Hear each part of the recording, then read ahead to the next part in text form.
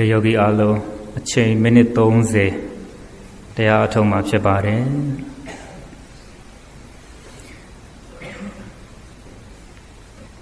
အမျိုးသားယောဂီများကတင်မြင်ကွေးထိုင်ပါအမျိုးသမီးယောဂီများလည်းတင်မြင်ကွေးထိုင်လို့ကထိုင်နိုင်ပါတယ်ကြုံကြုံလေးထိုင်လို့ကထိုင်နိုင်ပါတယ်ခန္ဓာကိုယ်အရိယာပုဂ္ဂိုလ်စိတ်တိုင်းကြပြင်လိုက်ပါတင်မြင်ကွေးထိုင်တဲ့အရိယာပုဂ္ဂိုလ်ဘယ်ဘက်ခြေထောက်ကိုအတွင်းကထားညာဘက်ခြေထောက်ကိုအပြင်ကထားမိမိထိုင်တဲ့အရိယာပုဂ္ဂိုလ်အစဉ်ပြေသွားပြီဆိုရင်ခါလေးကိုပုံမှန်ထားပါတရားထိုင်ပါပြီဆိုမှခါကြီးဆွဲမဆန့်လိုက်ပါနဲ့ခါလေးကိုပုံမှန်လေးပဲထားခေါင်းရှည်မငုပ်စေနဲ့ခေါင်းရှည်ငုပ်ရင်ငိုက်တတ်ပါတယ်ခေါင်းနောက်မလန်စေနဲ့ခေါင်းနောက်လန်ရင်လည်းကိုယ်ခန္ဓာကိုမနိုင်ပဲလဲကျတတ်ပါတယ်မျက်စိကိုစင်ငယ်များမိတ်ပါယောဂီတို့ရဲ့မျက်ဝန်းထဲမှာအယောင်အဆင့်အလင်းတွေမဝင်နိုင်အောင်လို့မျက်စိကိုသူ့တဘာဝတိုင်းမှိတ်ထားလိုက်ပါတင်မြင်ခွေထိုင်ပါဘယ်ဘက်လက်ပေါ်ညာဘက်လက်ကလေးတင်ပါခါကလေးကပုံမှန်ထားပါခေါင်းရှည်မငုပ်စေနဲ့ခေါင်းနောက်မလန်စေနဲ့မျက်စိကိုစင်ငယ်များမှိတ်ထားပါမိမိရဲ့ခန္ဓာကိုယ်အရိယာပုစိတ်တိုင်းကြပြီဆိုရင်နာသီဝကိုတတိကပ်ပါဝင်လေထွက်လေမြင်အောင်ကြည့်ပါအာယုံတစ်ပါးစိတ်မသွားစေနဲ့နာသီဝကိုတတိကပ်တဲ့စာလို့ပြောတော့တမာတတိမကင်ဝင်လေထွက်လေမြင်အောင်ကြည့်စာလို့ပြောတော့တမာဝါယမမကင်အာယုံတစ်ပါးစိတ်မသွားစေနဲ့စာလို့ပြောတော့တမာတမာတိမကင်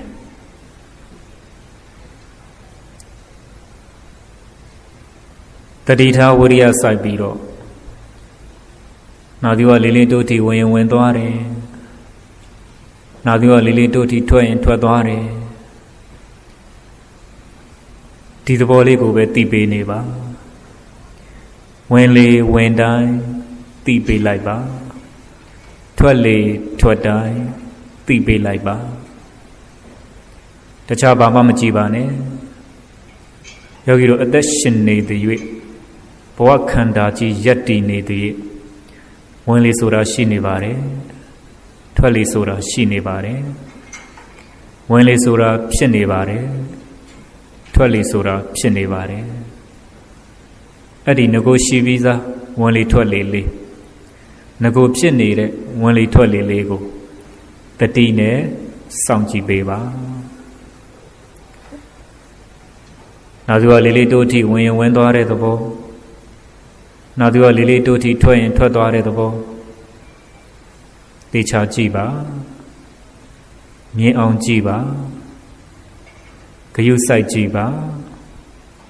စူးစိုက်ကြည့်ပါ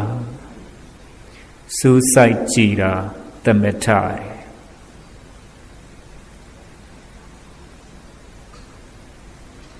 ယောဂီတို့အသက်ရှင်နေတဲ့ဝင်လေထွက်လေဆိုတာရှုရှိုက်နေမှာပါ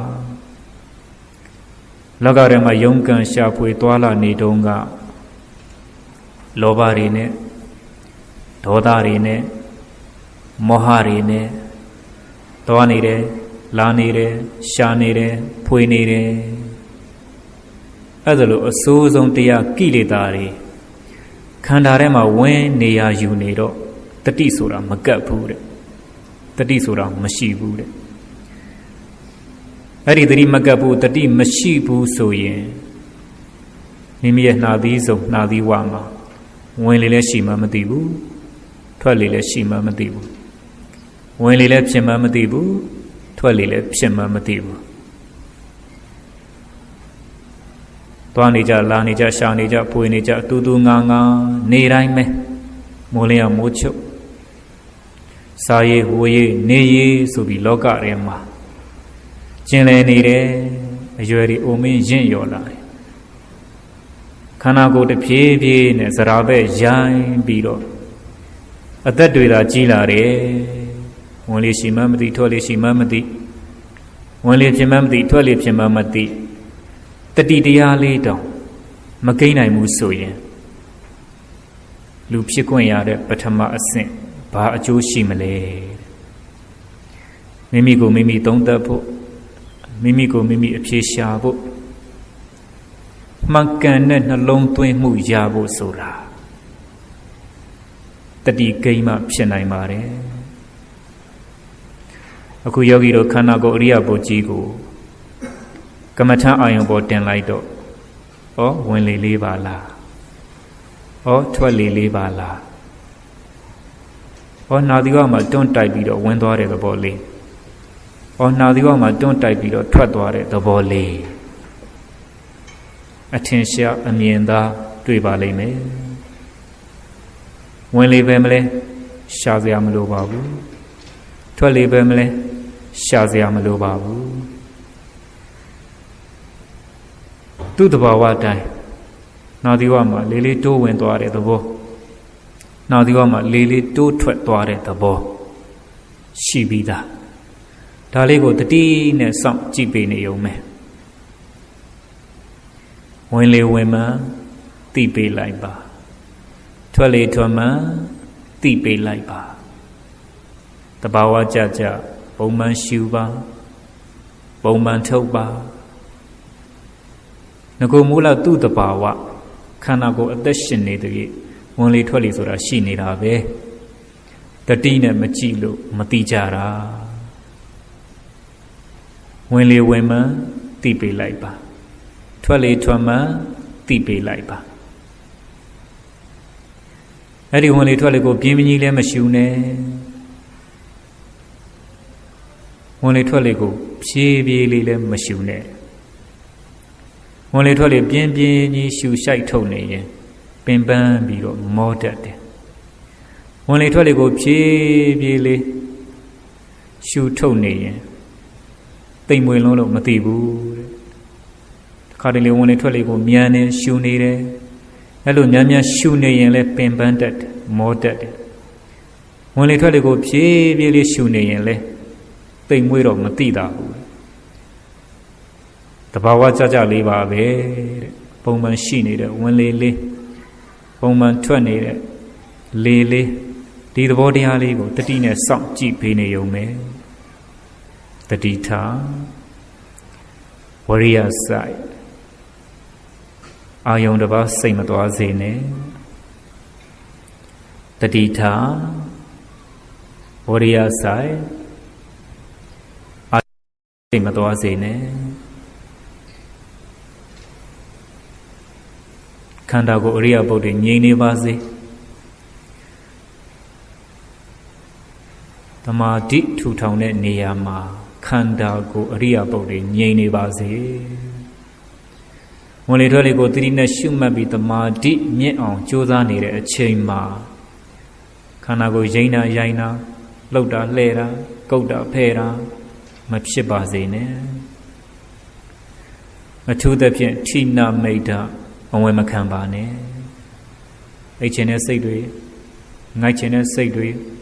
တွေးချင်တဲ့စိတ်တွေငေးချင်တဲ့စိတ်တွေခန္ဓာထဲမှာအဝင်မခံပါနဲ့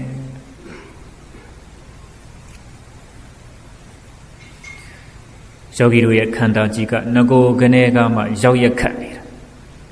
ငြိမ်သက်မှုမရှိလှုပ်ရှားနေတယ်တည်ကြည်မှုမရှိခန္ဓာကိုယ်ကပွားပေါက်နေတယ်အဲ့တော့မိမိရဲ့ခန္ဓာကိုယ်ရိယပုဂ္ဂိုလ်တည်တည်ငြိမ်ငြိမ်နဲ့ဝင်လေထွက်လေလေးကိုတတိကရှုမှတ်နေရင်လေးလေးဝင်ရင်ဝင်သွားတဲ့သဘောလေးလေးထွက်ရင်ထွက်သွားတဲ့သဘောသေချာမြင်လာပါလိမ့်မယ်တတိထားပြီးတော့ကြည်ပေးပါတတိအဆက်မပြတ်ပါစေနဲ့တတိလေးတစ်ချက်လွတ်သွားလိုက်တာနဲ့ခန္ဓာကိုယ်ကရင်ကနေလှုပ်ကနေလှဲကနေ တတိလေးတစ်ချက်လွတ်သွားလိုက်ပြီဆိုရင်စိတ်ကဟိုပြေးဒီပြေးဟိုရောက်ဒီရောက်အဲ့ဒီတတိလေးတစ်ချက်လွတ်သွားလိုက်တဲ့ခန္ဓာကိုယ်ကငိုက်ကနေစိုက်ကနေဟောတတိဟာသိအရေးကြီးပါတယ်တတိပဋ္ဌာန်တဲ့တတိရှေ့ရှုပြီးပြဋ္ဌာန်းတဲ့အလုပ်တဲ့တတိရှေ့ရှုပြီးပြဋ္ဌာန်းတဲ့အလုပ်ကိုလုပ်နေစဉ်မှာခန္ဓာကိုယ်ကိုတတိနဲ့ကောင်းမွန်စွာမထိမ့်သိမ်းနိုင်ရင်ဝင်လေရှိမှန်းထွက်လေရှိမှန်းဝင်လေဖြစ်မှန်းထွက်လေဖြစ်မှန်းဘယ်သိတော့မလဲဒီတတိလက်လွတ်မှာတော့အဝိဇ္ဇာကလည်းဦးစီးပြီပေါ့ခန္ဓာကိုယ်ကိုမောဟပိုက်ကုံကြီးနဲ့အုပ်မိသွားပြီဆိုရင်တတိဟာနေရာဖယ်ပေးရတယ်အဲ့ဒီတတိယခန္ဓာတွေကနေအပြင်ထွက်သွားပြီမောဟပိုက်ကုံကြီးကခန္ဓာကိုယ်ကိုလွှမ်းခြုံထားပြီဆိုရင်တွေးခြင်းအောင်တွေးငေးခြင်းအောင်ငေးဆွေးခြင်းအောင်ဆွေးစိတ်ထွက်ပေါက်တွေဘွားပေါက်သွားတာပဲတဲ့တတိထားပါတတိမလွတ်ပါစေနဲ့အာယုံတစ်ပါး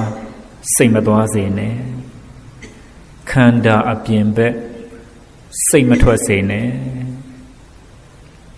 တတိထားပြီးတော့ကြည်ပေးပါတတိတလုံးလက်ကင်သုံးအစုံနိဗ္ဗာန်ရတယ်တတိပဋ္ဌာန်နဲ့ရှေးဥစွာတတိဥစည်းပြီးတော့ခန္ဓာကိုယ်ကိုထိမ့်သိမ်းတည်ကြည်ငြိမ်သက်မှုနဲ့နာသီဝမှာရှိနေတဲ့ဖြစ်နေတဲ့ဝင်လေထွက်လေရဲ့သဘောကိုတေချာဂယုစိုက်စူးစိုက်ပြီးကြည်နေရင်အရိယာပုဂ္ဂိုလ်ဟာငြိမ်နေတာပဲ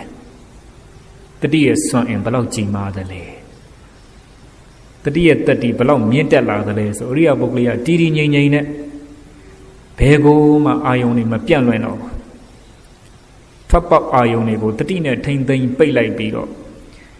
ဟိုဝင်လေလေးပါလားထွက်လေလေးပါလားနာသီဝမှာတွန်းတိုက်ပြီးတော့ဝင်သွားပါလားနာသီဝမှာတွန်းတိုက်ပြီးတော့ထွက်သွားပါလားဩတို့ဝင်လေထွက်လေတစုံရှိနေလို့မသေးသေးတာကို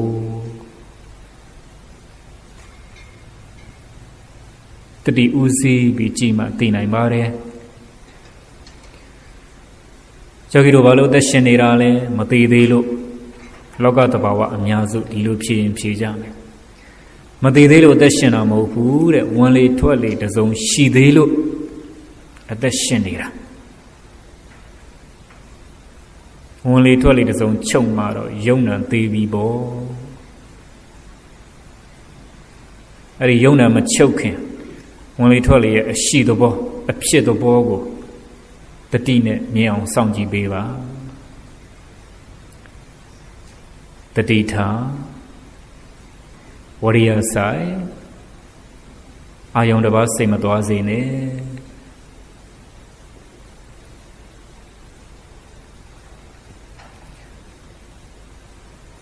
ယောဂီတို့ဝင်လေထွက်လေကိုတတိနဲ့ရှုမှတ်ပြီးသမာဓိထူထောင်လာတာအချိန်15မိနစ်ရှိသွားပါပြီ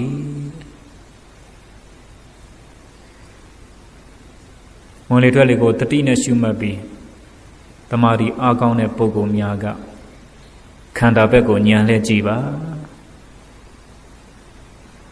တမာတိအားနည်းသေးတဲ့ပုဂ္ဂိုလ်များကဝင်လေထွက်လေကိုတတိနဲ့ရှုမှတ်ပြီးတမာတိဆက်လက်ထူထောင်ပါ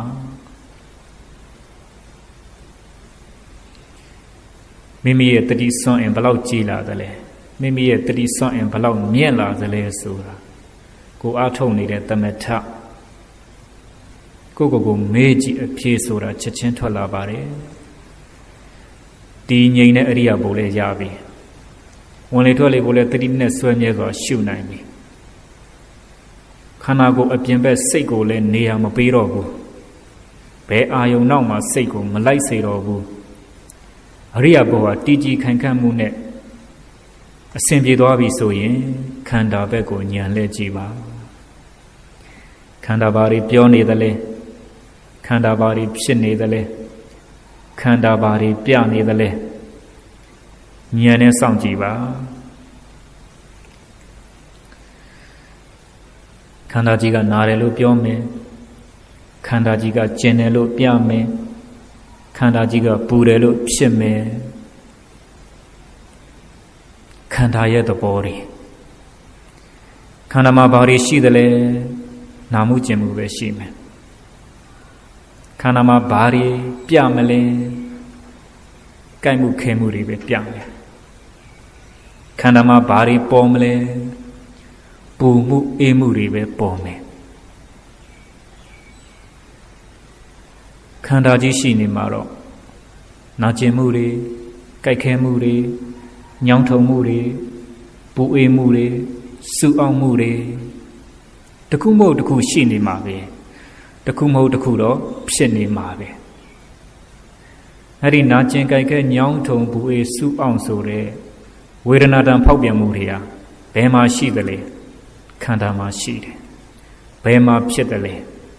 ခန္ဓာမှာဖြစ်တယ်တရားရှာခန္ဓာမှာတွေ့တရားရှာလျင်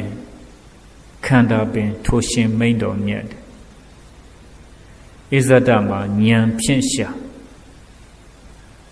တတိရှုရကတ်တယ်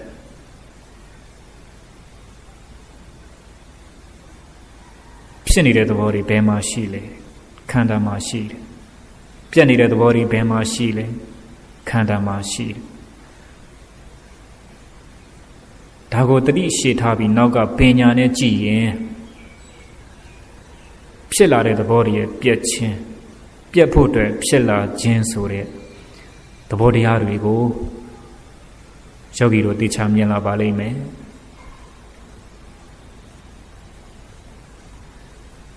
ကျင်တာကိုမကျင်တဲ့လို့ပြောလို့မရနာတာကိုမနာနဲ့လို့ပြောလို့မရပူတာကိုမပူနဲ့လို့ပြောလို့မရ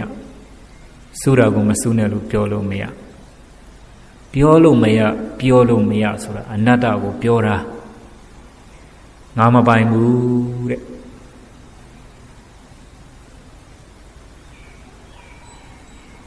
အဲ့ဒီငါမပိုင်တဲ့သဘောတွေကိုနောက်ကဉာဏ်နဲ့ပဲစောင့်ကြည့်ပေးရ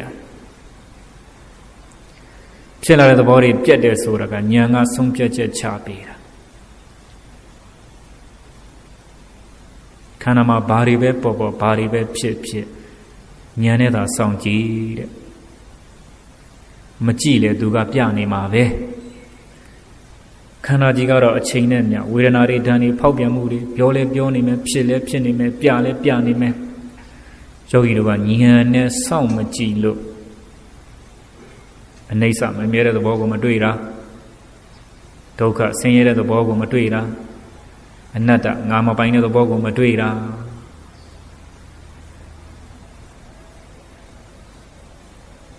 ပြတ်တတ်တဲ့လက္ခဏာတွေကိုနောက်ကဉာဏ်နဲ့ထဲထဲဝင်ဝင်ကြည့်နိုင်မှအသုံးမကျတဲ့ခန္ဓာကြီးပါလားဆက်ဆုပ်เสียခန္ဓာကြီးပါလားသိရင်စွန့်ပြရမယ်ခန္ဓာကြီးပါလားမြေကြီးတဲ့ရောက်မဲ့ခန္ဓာကြီးပါလားထင်းဆွေးထင်းပုတ်နဲ့တူတဲ့ခန္ဓာကြီးပါလားတကွက်မှာနှစ်သက်เสียမရှိတဲ့ခန္ဓာကြီးပါလားဆိုပြီးတော့သေသေးချာချာခန္ဓာကိုယ်ကြီးကို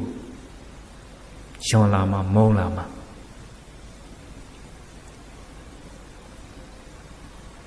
ခန္ဓာကိုယ်မလိုချင်အောင်ဘု து ကိစ္စလဲဉာဏ်ရဲ့ကိစ္စခန္ဓာကိုယ်ယွန်အောင်ဘု து ကိစ္စလဲဆိုဉာဏ်ရဲ့ကိစ္စခန္ဓာကိုယ်မုန်းအောင်ဘု து ကိစ္စလဲဆိုဉာဏ်ရဲ့ကိစ္စပေါ်ချင်တာပေါ်ပါစေခန္ဓာကြီးကပြနေမှာပဲတယောက်နဲ့တယောက်ဘယ်တူမလဲညောင်းတဲ့လူကညောင်းနေမှာပဲကျင်တဲ့လူကကျင်နေမှာပဲပူတဲ့လူကပူနေမှာပဲ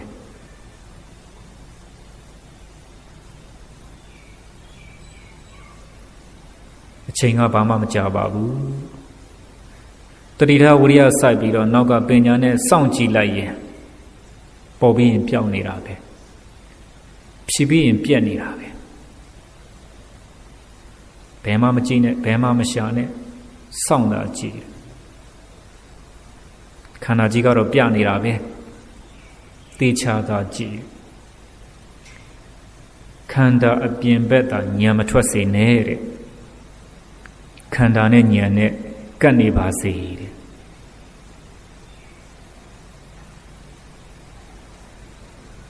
ခန္ဓာတစ်ချက်ဉာဏ်တစ်ချက်ခန္ဓာတစ်ချက်ဉာဏ်တစ်ချက်ကပ်နေပြီဆိုရင်ဩငါသဘောမရှိပါလားဒါခန္ဓာရဲ့သဘောတွေပဲဩငါသဘောမရှိပါလားဩ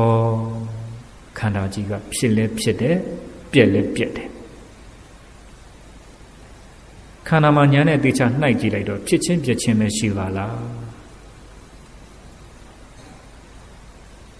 လူချင်းစရာဘာမှမရှိတဲ့ခန္ဓာကြီးပဲခန္ဓာရဲ့သဘောတွေကောင်းကောင်းသိလာပြီဆိုရင်ဉာဏ်ကိုပို့ပြီးတော့အာကိုတက်လာတယ်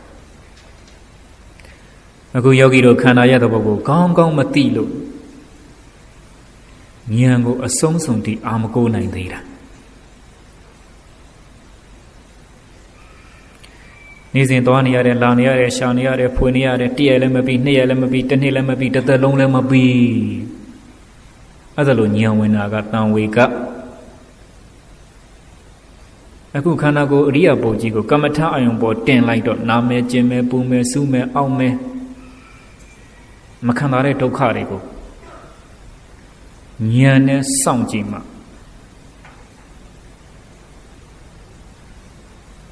လောကတွေကဖြစ်ခဲ့တဲ့တန်ဝေကနဲ့ဝိပဿနာဉာဏ်ရှုနေတဲ့ဉာဏ်နဲ့ပေါင်းလိုက်မှဩလောကထဲမှာနေ့စဉ်သွားလာရှာဖွေနေရတာလဲဖြစ်ပြီးပြက်နေပါလားတရက်ကုန်သွားနောက်တရက်တစ်နှစ်ကုန်သွားနောက်တစ်နှစ်ဟိုနောက်ဆုံးခန္ဓာရဲ့အနိစ္စသိဆုံးခြင်းအောင်ရောက်ပါလားအခုကြည်စံခန္ဓာကိုယ်ရိယပုကြီးကိုကမ္မထအောင်ပေါ်တင်းပြီးတော့ဉာဏ်နဲ့ကြည့်လိုက်တော့နားတဲ့သဘောလေးဉာဏ်နဲ့ကြည့်လိုက်တယ်မရှိတော့ဘူးကျင်တဲ့သဘောလေးဉာဏ်နဲ့ကြည့်လိုက်တယ်မရှိတော့ဘူးမရှိတော့ဘူးဆိုတာသေးသေးသွားတာနားတဲ့သဘောလေးဉာဏ်နဲ့ကြည့်လိုက်တော့ပြက်ခန္ဓာတစ်ချက်သေးသွားပြီကျင်တဲ့သဘောလေးဉာဏ်နဲ့ကြည့်လိုက်တော့ပြက်မရှိတော့ဘူးဆိုတာခန္ဓာအစာထုတ်အသေးတွေကိုဉာဏ်နဲ့မြင်နေတာ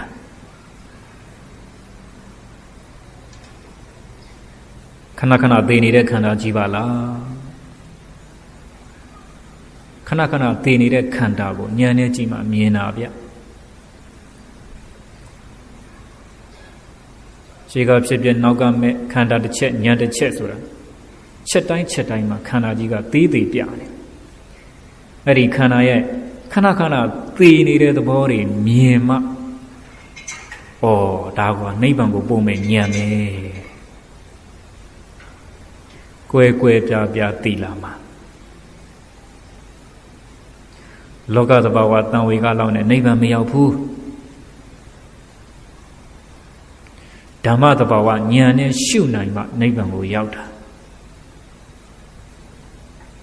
ဗုဒ္ဓဘာသာရဲ့ပန်းတိုင်ဟာနိဗ္ဗာန်ပဲ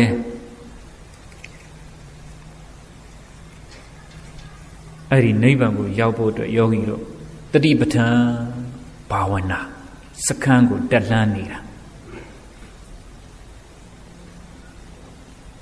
ကြားနေရတယ်သစ္စာတရားသံနေတတန်တရားနဲ့တဏှာကြားရခဲ့တဲ့သစ္စာတရားတွေအာထုတ်ခွင့်ရတဲ့တတိပဋ္ဌာန်ဝိပဿနာတဘဝနဲ့တခန္ဓာအာထုတ်ခွင့်ရတဲ့ဝိပဿနာဒီကျင့်စဉ်တွေကျင့်ခွင့်ရတော့မှအခုအာထုတ်ခွင့်ရတဲ့အချိန်လေးဘာမှမကြဘူးအခွင့်အရေးလေးဘာမှမကြပါဘူးအခုရရှိနေတဲ့အခွင့်အရေးလေးအချိန်လေးကိုကောင်းကောင်းအသုံးချ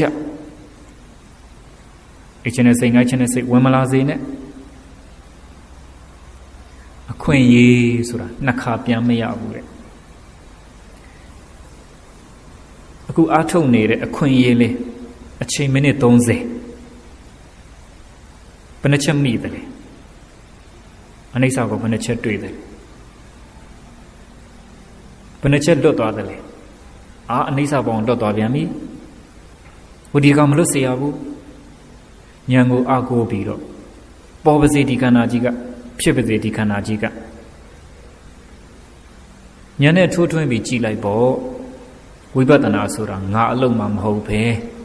ဉာဏ်အလုံးငါနာတာငါကျင်တာငါပူတာငါစူးတာငါအောင့်တာမရှိဘူး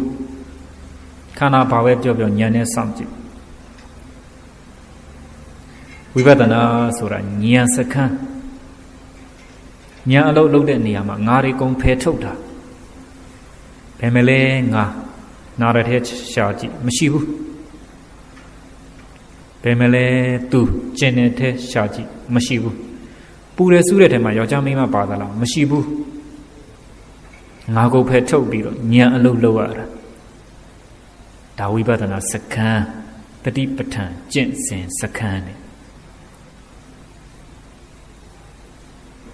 တို့လုံနေတဲ့အလုပ်ကတန်ဖိုးရှိတဲ့အလုပ်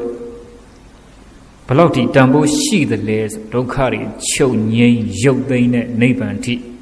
ဓာတ်ရိုက်ပို့ဆောင်ပေးတာခုယောဂီတို့ကျင့်စဉ်ကျင့်နေတဲ့တတိပဋ္ဌာန်ဝိပဿနာဆိုတာအကွေးအကောက်လမ်းမဟုတ်ဘူးလှက်ပတ်သွားတဲ့လမ်းမဟုတ်ဘူးဧကာယေနောတဲ့တကြောင်တည်းသောလမ်းတယောက်တည်းသွားရမယ်လမ်းဘုရားရှင်လျှောက်ခဲ့တဲ့လမ်းသာသနာတွင်မှာရှိတဲ့လမ်းနိဗ္ဗာန်ကိုပို့ဆောင်တဲ့လမ်းနဲ့အခုယောဂီတို့အဲ့ဒီမက်ကင်လမ်းပေါ်မှာရှောက်နေတာပဲနောက်လည်းမကြည့်နဲ့ဘေးလည်းမကွေ့ကောက်နဲ့တဖြောင်နဲ့သွားရမယ်လမ်းနဲ့တယောက်တည်းသွားရမယ်လမ်းနဲ့ဘုရားရှင်လျှောက်ခဲ့တဲ့လမ်းနဲ့သာသနာတွင်မှာရှိတဲ့လမ်းနိဗ္ဗာန်ကိုပို့ဆောင်မယ်လမ်းပိချာလျှောက်ပါခန္ဓာကိုယ်ရင်ရိုင်းတာတွေမဖြစ်စေနဲ့အိတ်ချင်တဲ့စိတ်ငိုက်ချင်တဲ့စိတ်တွေဝင်မခံပါနဲ့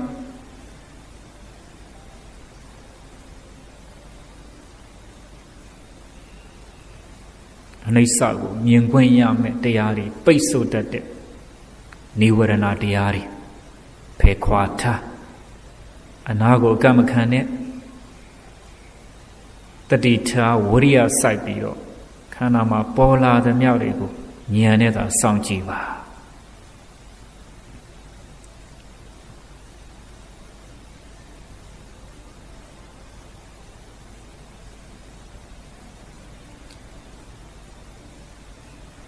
တတိထားဝရိယစိုက်ဉာဏ်နဲ့စောင့်ကြည့်တော့ဒီခန္ဓာနာကိုကြီးကိုငါတို့ကအသုံးကျတယ်လို့ထင်ခဲ့တာအမြဲတမ်းကြမ်းမှတန်ဆွမ်းနေမယ်လို့ထင်ခဲ့တာတရိပ်ရိပ်နဲ့အိုနေတဲ့ခန္ဓာကြီးပါလားတဆစ်စစ်နဲ့နာနေတဲ့ခန္ဓာကြီးပါလားခုယောဂီတို့လက်တွေ့တတိပဋ္ဌာန်ဝိပဿနာကျင့်နေတုံးတောင်ခန္ဓာကိုယ်ကတရိပ်ရိပ်နဲ့ဇရာကဝါမျိုးနေတာတဆစ်စစ်နဲ့အိုးဗျာတိနာကျင်မှုတွေကလည်းနှိပ်စက်နေတာစပင်းနေပြူသွားတွေကြောအသက်တွေကြီးမှအိုတယ်လို့မထင်နဲ့ရိတ်ကနေခန္ဓာကိုယ်ကအိုးနေတာစရာရဲ့ဖြိုချမှုလေအခုလက်တွေ့ပဲဝိပဿနာထိုင်နေစဉ်ကိုနားနေတယ်ကျင့်နေတယ်ပူနေတယ်စူးနေတယ်ပေါင်နေတယ်ဒါဗျာတိရဲ့နှိပ်စက်မှုပဲ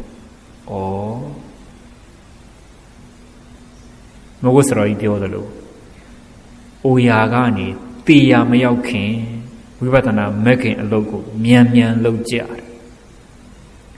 အမတန်တန်ဖိုးကြီးတဲ့စကားပါဘုယောဂီတို့လက်တွေ့ကြိုးစားထုတ်ခွင့်ရနေတယ်တတိပဋ္ဌာန်ကျင့်စဉ်ဝိပဿနာဘာဝနာစခန်းအမြင့်ဆုံးလုပ်ပဲ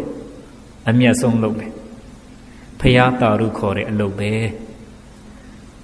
ဒီထက်မြင့်တဲ့လုပ်ဒီထက်မြတ်တဲ့လုပ်တော့မရှိတော့ဘူးဗျဝိပဿနာဆိုတာသာသနာတွင်မှာပေါ်တဲ့တရားအမြင့်ဆုံးတရားပဲတတိထားပါတတိမလွတ်ပါစေနဲ့ချိန်နဲ့ငယ်တွင်မှာတရားချပါမယ်တရားချတဲ့ခါမှာတရားချခြင်းနဲ့စိတ်ကလေးကနန္တရားချဖို့ပြင်လိုက်မှာကရုပ်တရားကလည်းဖြစ်ပြီးတော့ပြက် နန္တရားကလည်းဖြစ်ပြီးတော့ပြက်ဉာဏ်နဲ့ဆင်ခြင်ကြည့်ပါယုံနာတစ်စုံဟာဖြစ်ပြီးတော့ပြက်နေပါလားလို့ဉာဏ်တစ်ခုနဲ့ဆင်ခြင်ပြီးယောဂီအားလုံးအချိန်စေပြီးမို့တရားချလို့ရပါပြီတရားချတဲ့ခါမှာခန္ဓာကိုယ်အရိယာပုဂ္ဂိုလ်ဖြည်းဖြည်းလေးလှုပ်ပါဖြည်းဖြည်းလေးဖြုတ်ပါတရားဆိုတာနူးညံ့နေတရားဆိုတာတိမ်မွေ့တယ်ယောဂီအားလုံးအချိန်စေပြီးမို့တရားချလို့ရပါပြီ